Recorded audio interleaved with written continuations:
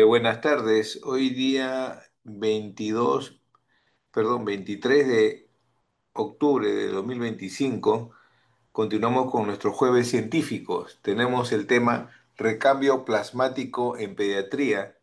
Tenemos como expositor al doctor Tommy Kent de Yango Cruz. Él es médico patólogo clínico egresado por la Universidad Nacional Mayor de San Marcos. Hizo una pasantía en el Hematocentro Ribeirão Preto de Sao Paulo y en el Hospital Ramón y Cajal de Madrid. Es miembro titular de la Asociación Médica Peruana de Patología Clínica y es miembro de la Sociedad Americana de Aféresis. El doctor de Yango es desde el año 2022 médico especialista en patología clínica en nuestro Instituto de San Borja. Doctor Tommy de Yango Cruz, puede continuar usted.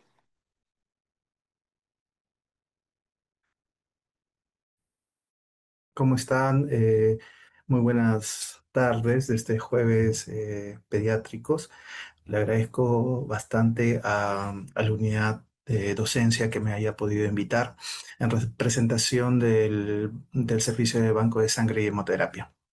Vamos a hablar el día de hoy en estos 35 minutos, un poco acerca de lo que es el tema del recambio plasmático terapéutico en pediatría y las experiencias que tenemos en nuestra institución.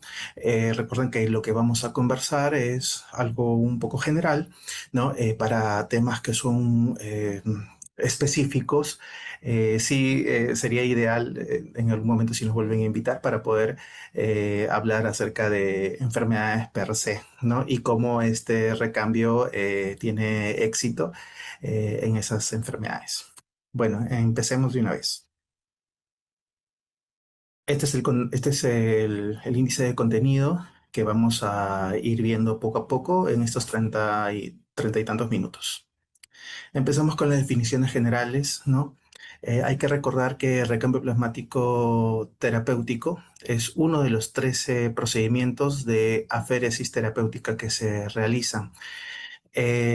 También hay que tener en consideración de que 7 de ellos se hacen con plasma y el resto se harían, o sea, 6 de ellos se harían o con leucocitos, plaquetas o mononucleares o si no, también con glóbulos rojos, ¿no? En la tabla uno que pueden ver en la mano derecha, tenemos allí, por ejemplo, los que se pueden llegar a realizar con plasma. ¿Qué tenemos allí? Tenemos la doble filtración de plasmaféresis, por ejemplo, ¿no? Con filtros, ¿no? También tenemos lo que son la inmunoabsorción, ¿no? Con también membranas absortivas. Tenemos la féresis de lipoproteínas, exclusivo para disminuir esta sustancia, ¿no? El recambio plasmático terapéutico, ¿no? También podemos hacerlo. Y dentro de ese recambio plasmático terapéutico, se podría decir que tenemos el recambio plasmático terapéutico de alto volumen. También tenemos la absorción molecular llamada MARS, ¿no? Estas dos, de alto volumen y el MARS, usualmente se hacen en insuficiencias hepáticas, ¿no? Pretrasplante hepático, ¿no? Y también tenemos la hemoabsorción, ¿no? Específicamente para tóxicos que podrían llegar a realizarse. Y el recambio plasmático terapéutico. Hay que considerar de que en nuestra institución, por el momento, en la parte del plasma, estamos haciendo solo el recambio plasmático terapéutico, ¿no? Hay que diferenciar también para ir con las guías internacionales, la diferencia entre una plasmaféresis y una plasmaféresis terapéutica, ¿no? La plasmaféresis es simplemente que separas el plasma y eliminas, eh, pudiendo o no, teniendo o no una solución de reemplazo. En cambio, en una plasmaféresis terapéutica, lo usual es de que haya un recambio del plasma, por eso es el nombre, ¿no? Con soluciones cristaloides o coloides o una combinación de ellas. Bueno, hay técnicas para hacer este recambio plasmático terapéutico. ¿no? Podemos utilizar el principio de la densidad, ¿no? Y lo podemos hacer mediante centrifugación. Se centrifuga a una alta velocidad, la parte superior que tiene menor densidad es el plasma y bueno, lo retiramos.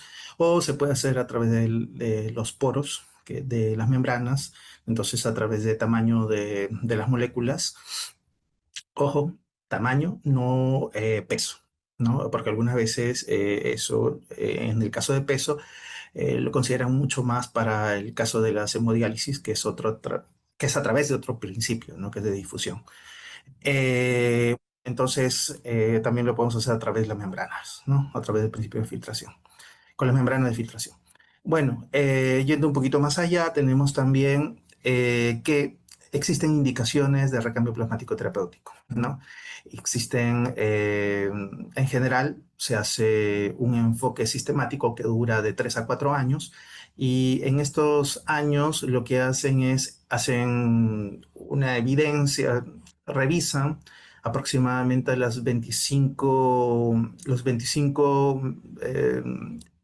ensayos clínicos más relevantes y si no van bajando de evidencia a casos observacionales o reporte de casos. Y lo que hacen es, hacen una gradación, ¿no? De recomendación según la fuerza de evidencia, ¿no? Que en este caso sería fuerza de evidencia uno o 2, ¿no? 1 sería generalizable y 2 sería que los riesgos pueden ser mayor que los beneficios, ¿no? Y también hacen la calidad, y también hacen estos artículos en calidad de evidencia, ¿no? La calidad de evidencia puede ser A, B o C, ¿no? Como les mencionaba, según son estudios más experimentales o más observacionales, que sería el C más observacional y el A con mayor calidad. Entonces, lo que hacen es, hacen las revisiones durante unos 3 años y usualmente al cuarto año es cuando hacen el reporte de estas guías que lo hacen a través, usualmente a través de las guías ASFA, ¿no? Que son americanas, ¿no? No son las únicas, hay que recordar que existen guías alemanas. Bueno, en realidad no son, son alemanas, austriacas y suizas, ¿no? Que también sacan, y también existen guías japonesas y estos últimos años va a salir guías coreanas también. Y es motivo ¿por qué? Porque obviamente cada región del planeta tiene sus propios estudios, ¿no? Las guías ASFA solo hacen revisiones de estudios en inglés. En cambio, ya sabemos de que puede estar un poco condicionado a la estadística y la publicación que haya. Bueno, eso es un poco para saber un poco de medicina basada en la evidencia, de dónde salen nuestras indicaciones cada vez que vamos a contestar una interconsulta. También decir de que toda esta fuerza de evidencia y grados de recomendación se catalogan en categorías AFA, ¿no? Las categorías van del 1 al 4. Una es cuando tiene una muy buena evidencia, una muy buena fuerza de evidencia, ¿no? Y de que es hasta primera línea en conjunto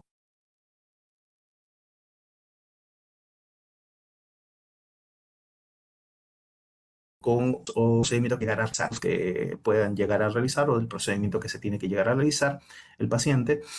La categoría 3 significa de que hay que establecer mediante una junta médica cuáles son los criterios de éxito y cuáles son los criterios de suspensión del procedimiento si se llega a realizar, porque hay aparentemente más beneficio que riesgo, ¿no? Obviamente eso va a depender del estado clínico del paciente y de todo lo que técnicamente se pueda llegar a realizar y se pueda llegar a evaluar, discúlpeme, con ese paciente. Y la categoría 4 es donde no se ha evidenciado alguna mejora al respecto y se prefieren otros tratamientos de primera, segunda o hasta tercera línea, ¿no? Bueno, esta guía, por ejemplo, de la ASFA, ¿no? Tenemos un ejemplo, ¿no? Acá dice condición o enfermedad, ¿no? En el cuadro que podemos ver a la mano derecha, menciona trasplante renal, en donde está la flechita azul, ¿no? Trasplante renal, ¿no? Abo compatible, en indicación rechazo mediado por anticuerpos, ¿no? Y el procedimiento TPE, o no, o recambio plasmático terapéutico, o también puede ser IA, que es inmunoabsorción, ¿no? Y la categoría le pone uno con una fuerza generalizable con grado uno, ¿no? Y estudios de moderada calidad que son B, ¿no? Entonces tenemos allí cómo podemos evaluarlo y según eso le vamos a dar pase o vamos a especificar si es de que se requiere una junta médica o desestimar el procedimiento que en algunos casos también se llega a realizar.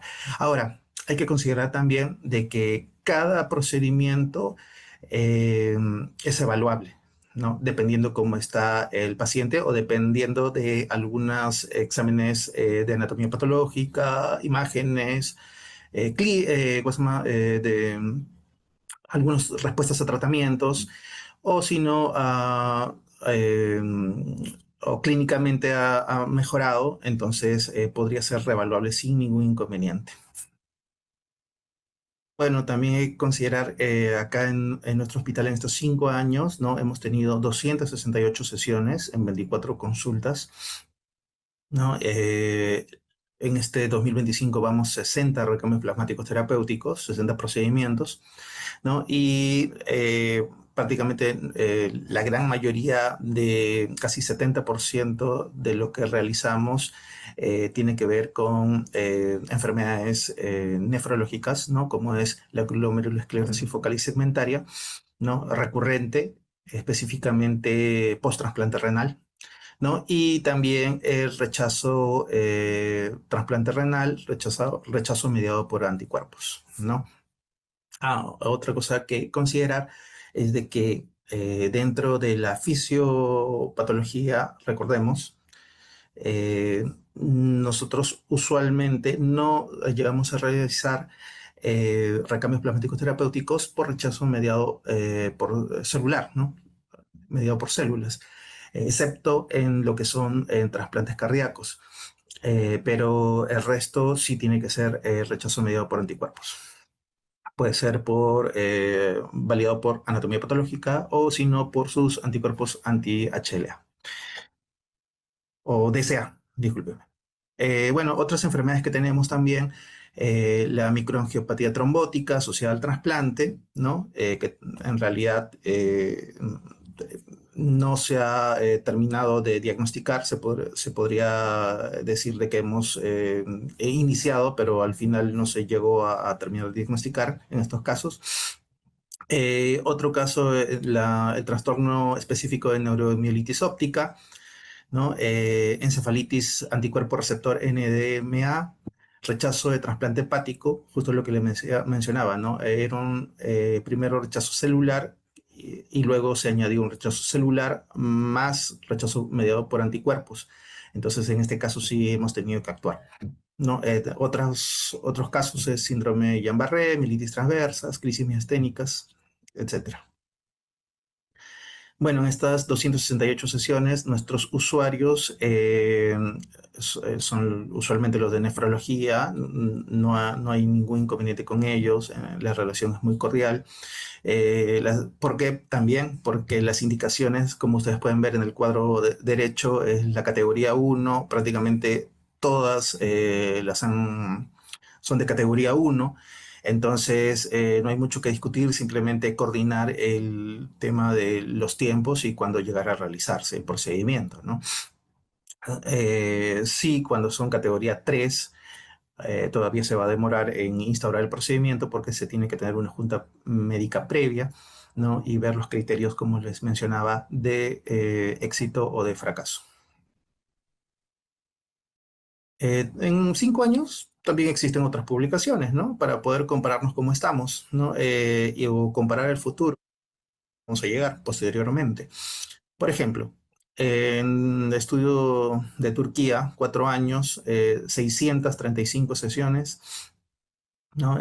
Tenemos en el cuadro izquierdo, tenemos, por ejemplo, que la más alta frecuencia lo tiene dentro de las enfermedades la sepsis con fallo multiorgánico, ¿no? Por ejemplo, acá en nuestra institución todavía no llegamos a realizar, sí se puede llegar a realizar, ¿no? Es una categoría 3, entonces necesita obviamente junta médica. Ya les mencioné otros requisitos, obviamente que esté hemodinámicamente estable dentro de UCI, ¿no? Que pueda llegar también a tener la estabilidad de vasopresor, con vasopresores si es que lo requiere, ¿no? Y con todo el respaldo para poder iniciar el tratamiento sin ningún inconveniente. Otros estudios, por ejemplo, el síndrome urémico hemolítico, entendemos de que acá lo están poniendo como síndrome urémico hemolítico atípico, ¿no? O sea, lo que ahora se llama mediado por complemento. Entonces, no habría ningún problema, que también lo hemos realizado, ¿no? En el caso de la India, por ejemplo, 115 sesiones, 6 añitos, en 6 años, ¿no? Tenemos también el fallo hepático agudo, ¿no? Usualmente el fallo hepático agudo lo podemos hacer con alto volumen o con volumen estándar, ¿no? Se requiere en general un alto volumen para que sea una categoría 1 y para que sea indiscutible poder realizarlo. También se podría llegar a realizar sin ningún inconveniente. Y también otra casuística más frecuente, ¿no? Acá tenemos complicaciones del lupus eritematoso, ¿no? Sistémico, complicaciones severas. Bueno, también otras publicaciones, pero ya en más años, casi 10 años, ¿no? Tenemos acá a nuestros vecinos en Chile, ¿no? Tenemos una encefalitis autoinmune, uno de los más frecuentes que también ocurren, ¿no? Y también SHU, ¿no? No especifica si es atípico o típico, pero también puede llegar a realizarse. Todos los SHU son categoría 3, ¿no? Específicamente. En el caso de Alemania, ¿no? 4.400 sesiones, ¿no? La diferencia. Ten- Ahí sí tenemos SHU, ¿no? Tampoco lo menciona, si es típico o atípico, entendemos que es los dos. Y rechazos relacionados por anticuerpos, ¿no? Cosa que estamos llegando a realizar. Bueno, entonces sí, estamos por ahí. Quizás podemos avanzar un poquito más en el asunto de lo que son, posteriormente, ¿no? Se va a avanzar un poco más a lo que son sepsis con falla multiorgánica y insuficiencias hepáticas agudas, ¿no? Estos temas son un poco más específicos y para ver el bienestar y cómo han salido los ensayos, porque existen ya ensayos clínicos al respecto, sería bueno tener otra discusión. Estamos viendo en esta parte algo un poco más general de todo lo que es el recambio y por lo tanto, bueno, ya si nos invitan no habría ningún inconveniente para ver cómo vamos avanzando por allí, ¿no? Y cómo se podría mejorar o ampliar la cartera de servicios en esas indicaciones clínicas. Ahora pasemos a lo que son los procedimientos, ¿no? De lo que son las condiciones generales. Hay que tener siempre consideraciones clínicas, cómo está el paciente, específicamente que esté hemodinámicamente estable, el acceso vascular que tenga, ¿no? O que va a tener, la anticoagulación que vamos a llegar a utilizar, los aspectos psicosociales y los efectos adversos que pueden llegar a tener, ¿no? Número uno, las consideraciones técnicas. Esto es muy fácil, ¿no? Actualmente en el mercado solo existe una máquina de aféresis por centrifugación.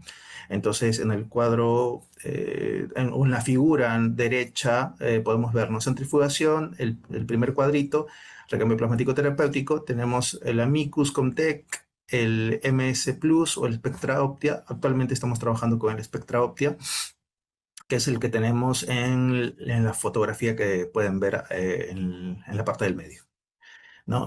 Bueno, ventajas y desventajas del equipo, como todos los equipos que existen. consideramos de que el rango de eficiencia de la remoción del plasma es adecuado, por ejemplo, un 83 versus otros que he podido mencionar que tienen un rango de eficiencia de 80 o 79. Entonces, es el mejor que puede tener. Y la pérdida de plaquetas también, ¿no? Es un rango aceptable de 0,3 a 1,6. En otros casos puede llegar a ser hasta 5 o hasta 7% de pérdida de plaquetas. Y eso sí puede ser un inconveniente en personas que son plaquetopénicas o en los que se tarden en recuperar plaquetas porque luego le vamos a tener que transfundir plaquetas. Considera también de que las centrifugaciones en este caso son continuas a comparación de otros equipos que pueden ser discontinuas y por lo tanto van a aumentar el tiempo de procedimiento. Más cosas de las consideraciones técnicas, evaluar el volumen extracorpóreo, ¿no? Usualmente, como pueden ver la flechita azul, el volumen extracorpóreo que utilizamos es de 141 a 185 mililitros y si pasa un 15% en mayores de, de 10 kilos, entonces lo que consideramos es hacer un cebado con paquetes globulares. Dependiendo de la patología, vamos a pedir o que sean leucorreducidos o que sean irradiados, ¿no? Usualmente cuando también la máquina detecta de que hay un hematocrito menor al 24%, lo que realiza es solicita ya hacer un cebado también de las líneas de aféresis con paquetes globulares, ¿no? ¿Qué más? Vamos avanzando para no quedarnos. Tenemos también las consideraciones del cálculo del volumen sanguíneo total, ¿no? Anteriormente, en el año 77, Linderkamp hizo su tabla, ¿no? De peso con RAN de edad y según la edad sacó los mililitros por peso, ¿no? Que fueron muy adecuados, ¿no? Es más, algunos colegas siguen utilizándolo y estaría bien. ¿No? Actualmente nosotros en el área de banco de sangre y hemoterapia utilizamos la regla de Gilcher, ¿no? Como pueden ver en la flechita, ¿no? Menor a 2 años o mayor a 2 años, ¿no? Bueno, por ejemplo, en estas 24 consultas y 268 sesiones, ¿no? Como pueden ver en la flecha de la fotografía que se encuentra a la derecha, también utilizamos nosotros paquetes globulares en algunos de los casos para poder llegar a hacer el cebado en los pesos o en los volúmenes plasmáticos que son menores, ¿no? Usualmente ya hemos tenido en consideración, a ver, vamos a tratar de ver si puedo sacar, acá está, ojalá que se pueda ver el mouse, pero en el caso de los hematocritos, que son menor a 24, el caso 1, por ejemplo, ¿no? El caso 9, eh, caso 19, que también ocurrió, o los volúmenes plasmáticos menores a 1600, que también ha ocurrido, algunas veces ha solicitado cebado. Ahora, depende. El cebado puede llegar a realizarse con paquete globular y en muy pocos casos puede llegar a realizarse con albúmina o plasma. Tiene que ser evaluado. Esa evaluación obviamente la llegamos a realizar, ¿no? Y se individualiza y no se puede generalizar porque algunas veces hay un paciente, por ejemplo, que puede recibir 10 recambios plasmáticos terapéuticos y en algunos de los casos sí o sí necesita equilibrar el hematocrito y por lo tanto necesitamos pasarle paquete globular. Pero en otros casos solo se necesita aumentar muy o equilibrar muy poco hematocrito y por lo tanto sí podríamos utilizar la albúmina o también el plasma, dependiendo si es de que necesita plasma o albúmina para esa indicación de esa enfermedad, ¿no? Entonces, en realidad, eso lo tenemos que evaluar nosotros. ¿Qué más tenemos? El procedimiento con respecto a los accesos vasculares, acá me parece genial en esta institución, a comparación de otras, que lo pueda llegar a realizar radiología intervencionista. Entonces, una vez de que ya tenga su informe por escrito, obviamente sellado, no de que sea verbal, entonces nosotros lo que vamos a hacer es iniciar ya las preparaciones para el procedimiento, ¿no? Que es lo que se debe hacer, ¿no? Y está establecido también nuestro protocolo de banco de sangre. Eh, bueno, acá obviamente esto pertenece al médico tratante, pero si le podemos dar algunos alcances, ¿no? El tipo de acceso vascular, número uno, va a depender de si va a ser urgente o va a ser crónico o también va a ser utilizado para otras drogas o otras mediciones u otros procedimientos como hemodiálisis, ¿no? Entonces, si por ejemplo va a ser corto, tiene buen acceso venoso, entonces puede hacerse a través de vías periféricas, ¿no? Un INCOM brazo derecho, ¿no? Para ingreso, un INCOM brazo izquierdo para salida y se acabó, ¿no? Porque es un tema corto. Ahora, si va a ser un poco largo, ¿no?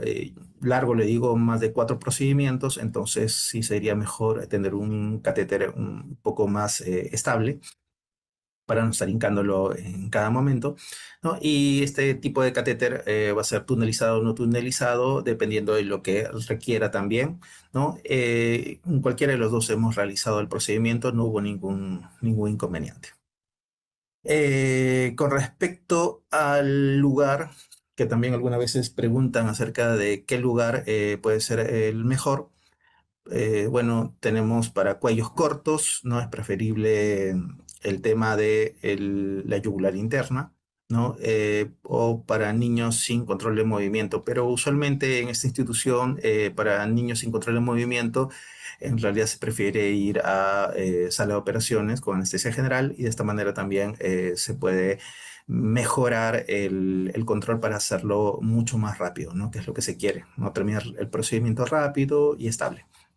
El tipo de catéter también lo puedes tener en la imagen inferior derecha, ¿no? Dependiendo del peso, ¿no? Acá nuestro rango de peso ha sido de 14 kilos a 65 kilos.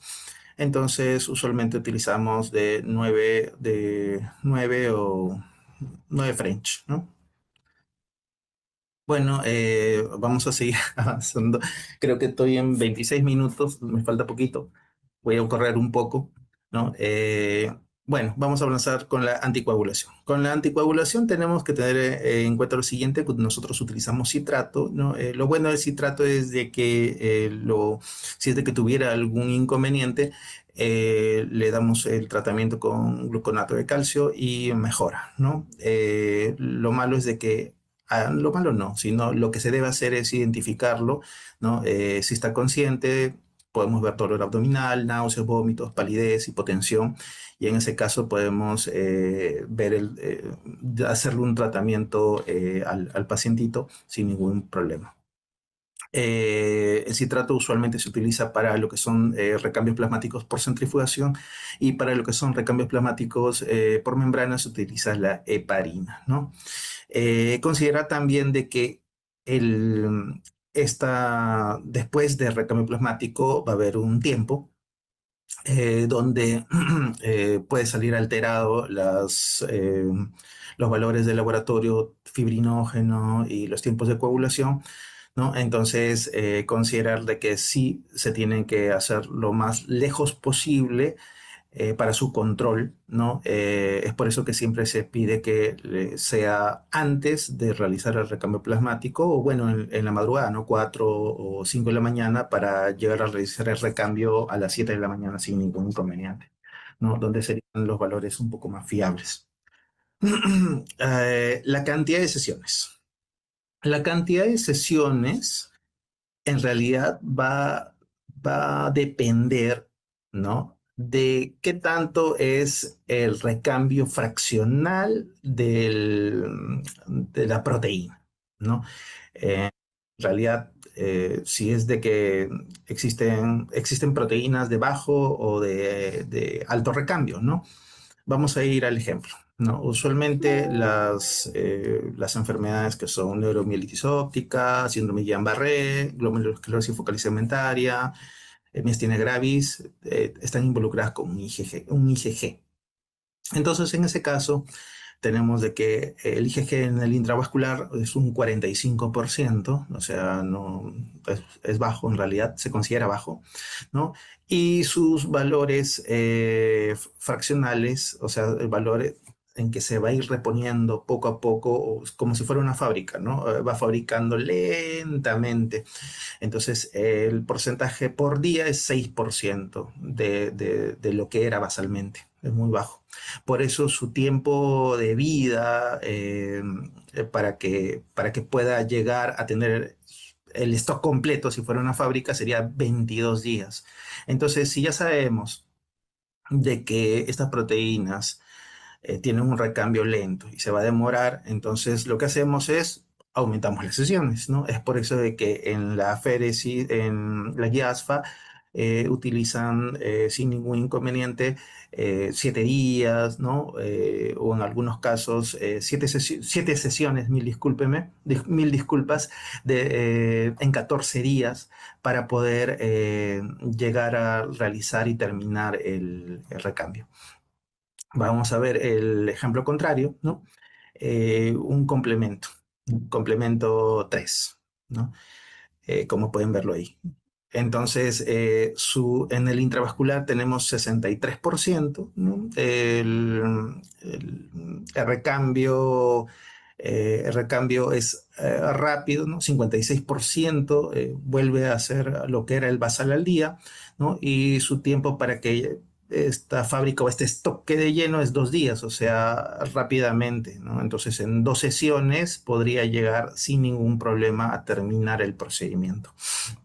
En realidad, eso va a depender cómo, entonces podemos ver, es la fisiopatología y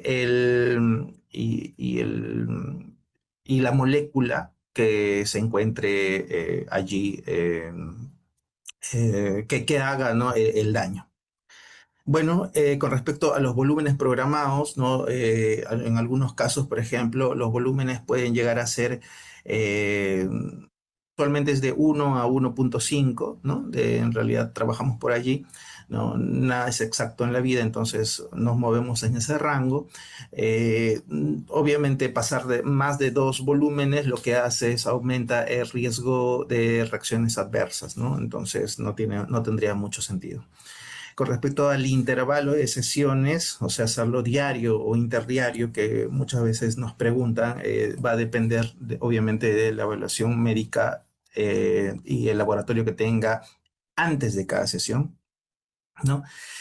Porque a pesar, puede ser de que habríamos dicho de que sea diario, ¿no? Y no se puede porque sus laboratorios están muy mal o en la evaluación médica está sangrando, tiene una hematuria, entonces va a tener que aumentarse un poco el tiempo, ¿no? Dependiendo, como hemos visto, de la molécula que se encuentra dentro de la fisiopatología, ¿no?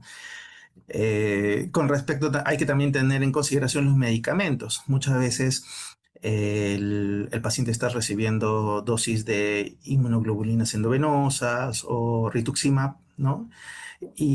O si no, medicamentos antibióticos también hemos visto, ¿no? Que tienen una fuerte unión a proteínas y lo que hacemos es simplemente le dan antes del recambio plasmático y ya no va a haber ningún tipo de estos medicamentos post recambio plasmático. Lo que se requiere, en resumen, es que usualmente los medicamentos se puedan pasar después del recambio plasmático. Algunas veces también existe la posibilidad de que se haga hemodiálisis con recambio. Entonces, primero se hace recambio plasmático terapéutico y posteriormente la hemodiálisis. ¿Por qué? Porque algunas veces nosotros, para poder aumentarle un poco el volumen, la volemia, lo podemos sobrehidratar y al último no sacamos y no lo dejamos en un balance cero. En ese caso, ayudaría sin ningún problema la hemodiálisis para poder mejorar y que haga una mejor homeostasis, ¿no? Al respecto. ¿Qué más tenemos acá? También es importante el rebote, ¿no? ¿El rebote de qué? El rebote de de algunas moléculas, ¿no? Por ejemplo, lo más frecuente es el fibrinógeno. El fibrinógeno tenemos, por ejemplo, de que recién empieza a recuperarse, ¿no? A los 2 días hasta un 63%, ¿no? Entonces, ¿qué es lo que sucede? Muchas veces sí hay una urgencia de querer hacerlo, le pasamos creo precipitado y seguimos haciéndolo porque lo requiere el paciente. Pero si lo que queremos es ser más conservadores o no pasarle hemocomponentes, entonces lo que podemos hacer es esperar y esperar un día más. Y con eso tratamos de que haya un rebote normal, ¿no? Sin ningún problema. Bueno, también hay que tener en consideración algunas cosas con respecto a algunos marcadores de laboratorio. Por ejemplo, con respecto a lo que son el PCR. Después de un recambio plasmático, el PCR tiende a tener un Tmax, ¿no? Que es lo que en realidad se tendría que evaluar en unas 24 a 48 horas, ¿no? Entonces, si lo quieres hacer lo más cercano posible, sería 24 horas. Si es una procalcitonina, el Tmax 12 horas, ¿no? Porque si no, luego te va a salir bajo y no es bajo porque está mejorando, sino es bajo porque le hemos retirado todo el plasma posible, ¿no? ¿Qué más podemos tener en este sentido? No interferimos casi nada con la urea y creatinina, ¿no? Eso sin ningún inconveniente pueden hacerlo, pueden hacer la medición posterior. Lo que se requiere o lo que se sugiere es de que pueda hacerse lo más lejano posible al recambio plasmático, ¿no? Sería ideal mayor a 18 horas si es de que pueda llegar a hacerse.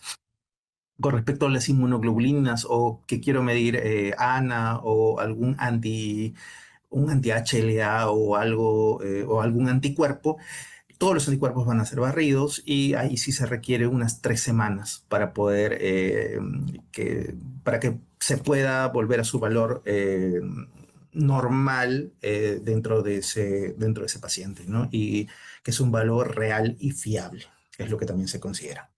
Todos estos, cada uno de los exámenes de laboratorios o los fármacos lo pueden consultar sin ningún problema al médico que haga el procedimiento, al médico patólogo clínico que haga el procedimiento.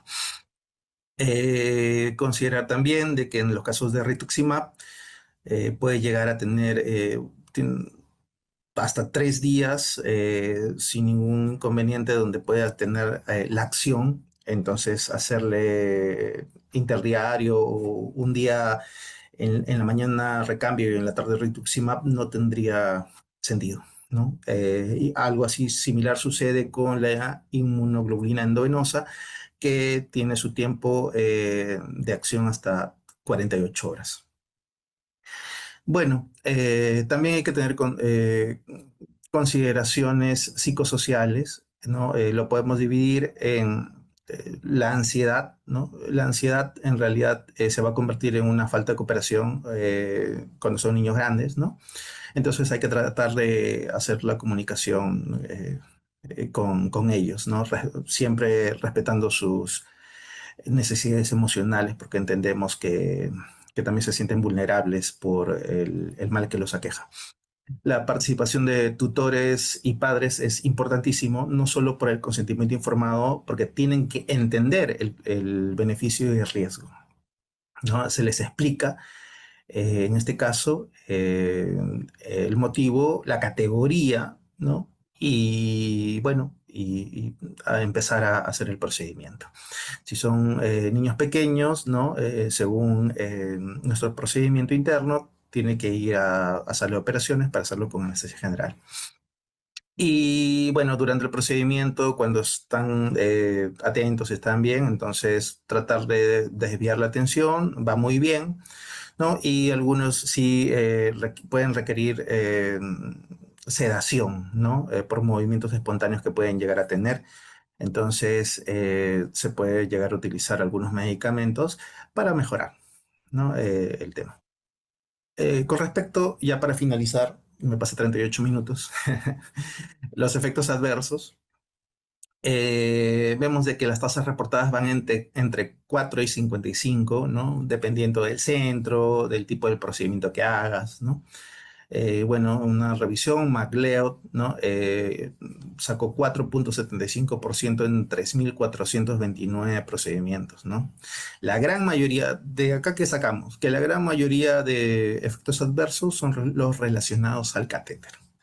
Entonces, sí hay que tener en consideración todo lo que corresponda en general al cuidado, ¿no? Del catéter. Por eso mencionamos de que, número uno, tiene que tener su informe por radiología intervencionista, ¿no? No que nos den la radiografía, ¿no?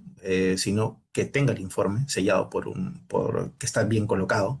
Número dos es evaluar también que no le duela, ¿no? Cuando, por ejemplo, uno ingresa el catéter, que puede estar en una región o inguinal o en la parte de la subclavia, vemos de que muchas veces el dolor, hay mucho dolor al respecto, lo informamos también a través de la historia clínica para que puedan mejorar. Quizás sí se puede mejorar o quizás hay algo que mediante un procedimiento simple puede disminuir el dolor y puede hacer que el procedimiento también sea más rápido, dependiendo de cuántas sesiones se tiene que hacer, ¿no? Y muchas veces también el tema de la limpieza nos ayudan bastante las licenciadas de enfermería. Entonces, allí también considerar de que ellas tienen que hacer según su protocolo de limpieza, ¿no? Y evidenciar si puede tener alguna infección o algún sangrado, ¿no? Eso es más que todo lo relacionado al catéter. También existen obstrucciones, ¿no? Las obstrucciones pueden ser por trombos o por fibrina. Y dependiendo del tipo de obstrucción, que también se puede ver mediante la calidad del flujo que sacamos al inicio, se puede dar sin ningún problema la alteplasa, ¿no? Que va espectacular en algunos casos. Bueno, ese 50%, el otro 50% tiene que ver con la hipotensión, ¿no? Calcemia sintomática a lo que es el citrato, reacciones alérgicas que son muy pocas, ¿no? Según esta revisión. Anemia en procedimientos largos, esto es importante. Si le voy a hacer, yo qué sé, 28 procedimientos y su hematocrito está en 29, 30, entonces ya sabemos de que no lo voy a cebar al inicio, porque va a ir muy bien, es mayor a 24, pero posteriormente va a necesitar un cebado, ¿no? El cebado con paquete globular. Bueno, acá tenemos fotos reales de lo que es de algunos pacientitos del instituto, ¿no? Tenemos uno con una infección, ¿no? Entonces, en ese caso sí, cambiar, ¿no? Definitivamente se tiene que retirar y cambiar. Y en el caso de sangrado, también evidenciar el motivo del sangrado, ¿no? Y ver todo lo que corresponde al asunto. Recuerden muy bien también de que en los casos de lo que son infecciones, ¿no? Hay que tener en consideración o infecciones relacionadas al catéter, sacarle al menos una botella del intraluminal más dos periféricas en dos lugares diferentes para poder darle validez a la infección relacionada al catéter. Porque si no, entonces no van a poder dilucidar al final de qué es, ¿no? Bueno, pero eso lo van a ver con el área de laboratorio o patología clínica, ¿no?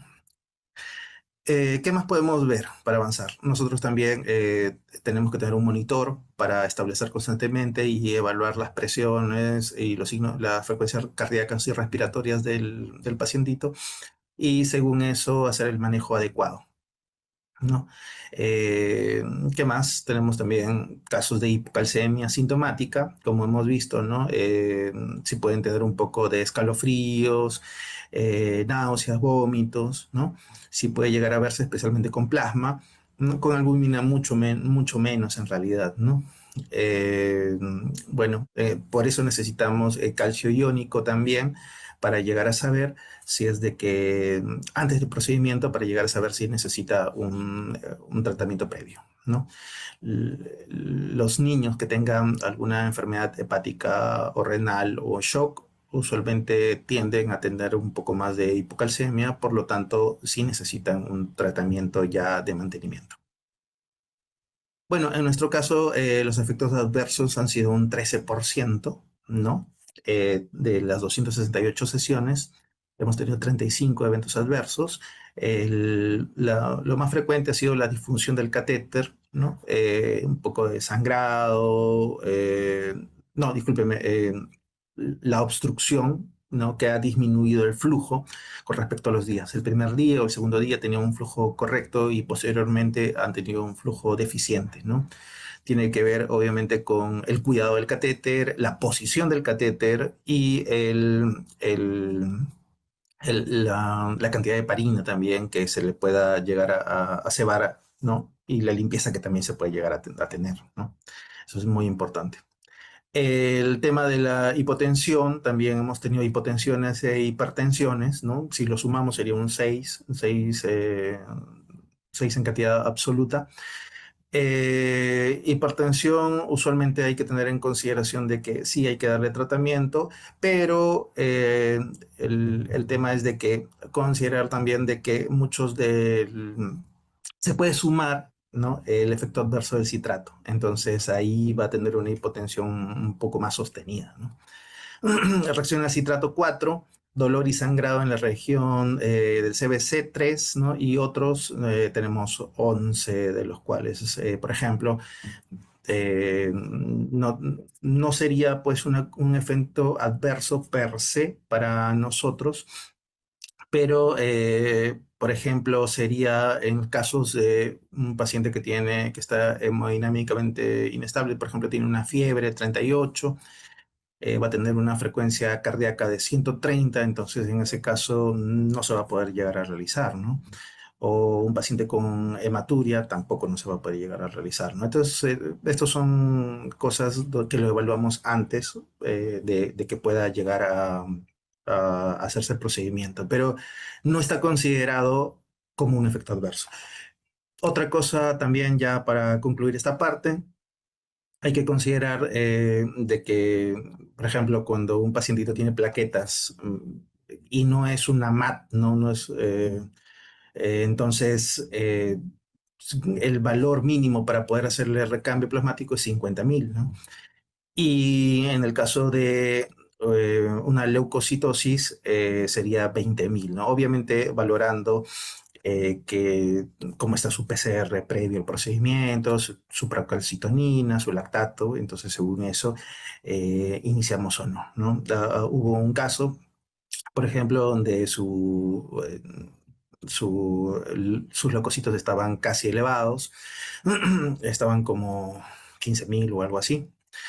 Entonces, posteriormente a eso, se le llegó a realizar el procedimiento sin ningún inconveniente, pero luego en el siguiente ya estaban ya por veintitantos mil.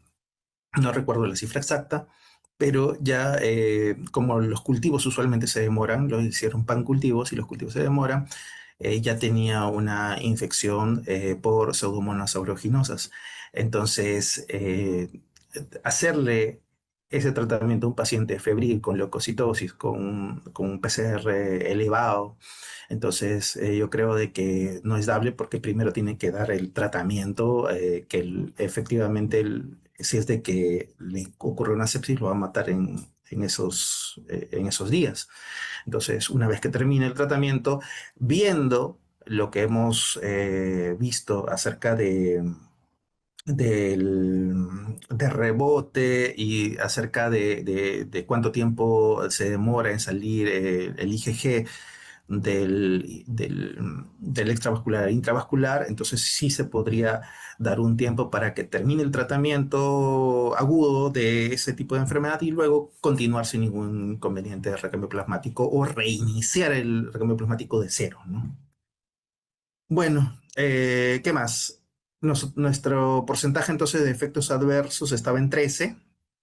¿no? En otros países, por ejemplo en Chile, ¿no? Bustos publicó que 17%, en Alemania en 2.287 procedimientos 12%, ¿no? Usualmente es mitos, ¿no?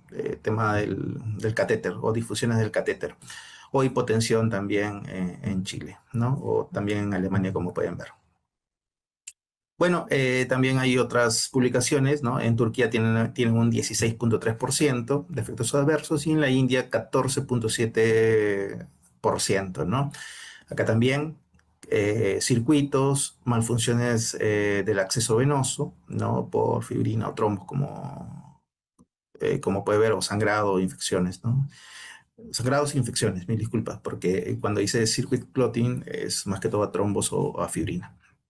Bueno, y en la India podemos ver, ¿no? Que tienen hipocalcemia, hipocalemia, y la hipocalemia con hipernatremia puede llegar a realizarse cuando le damos más del, por ejemplo, 5% hasta un cachito más o le damos mucha albúmina, ¿no? Al respecto. ¿Qué más? Más casos. Ah, ya. Y para concluir ya, los indicadores de calidad. Me pasé 49 minutos. Espero que no lo corten ahí. Pero para terminar los indicadores de calidad, hay que considerar de que, por ejemplo, tenemos nosotros nuestros indicadores de calidad, ¿no? Tratamos de estar alineados con los procedimientos estándar de la guía ASFA, ¿no? Del 2019, ¿no? Para poder luego tener una acreditación por el CAT, ¿no? Que es español.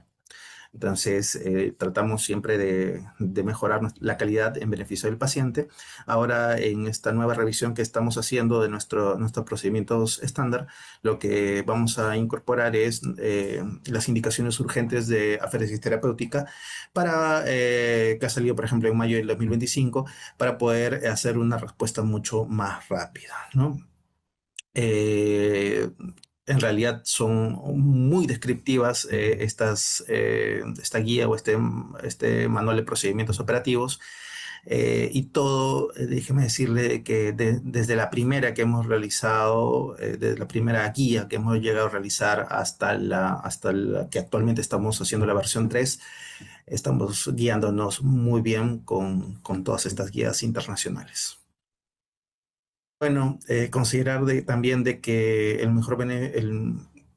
mejor éxito es la satisfacción de nuestro servicio, es la satisfacción de ver un paciente que se ha recuperado, ¿no?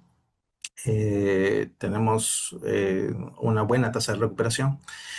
Y también hay que considerar de que todos los indicadores de calidad que hacemos, por ejemplo, con la ISO 9001 que tenemos actualmente en donación de sangre, ¿no? Ser el primer centro con autorización sanitaria nacional, ¿no? En general, tener mayor al 95% de donación voluntaria en comparación de otras instituciones que, que no lo tienen. Entonces, en realidad, sí, somos uno de los bancos de sangre, bueno, somos el mejor banco de sangre de Perú, hay que decirlo.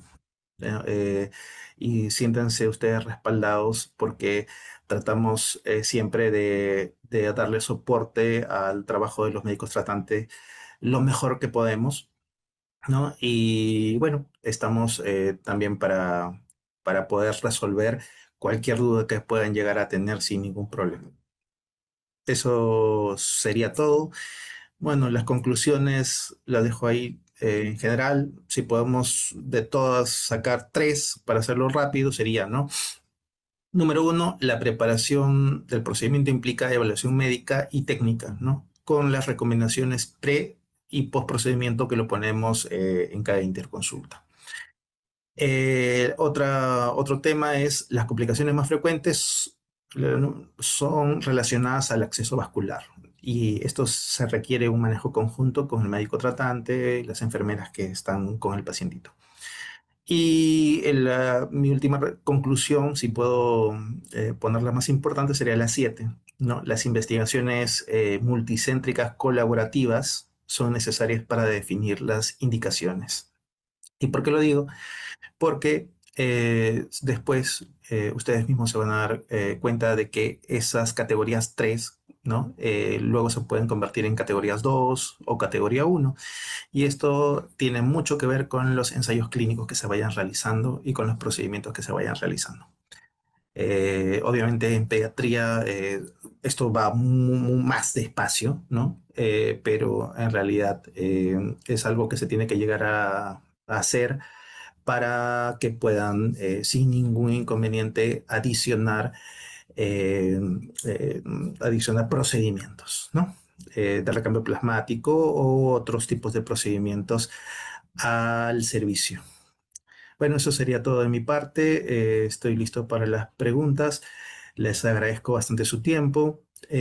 Como les dije, esto es algo un poco general, ¿no? Hablar de cada enfermedad, de su fisiopatología y de qué tipo de procedimiento se puede hacer para cada uno de ellos según la diana molecular, se vería en otro tema. Le agradezco bastante el tiempo. Hasta luego.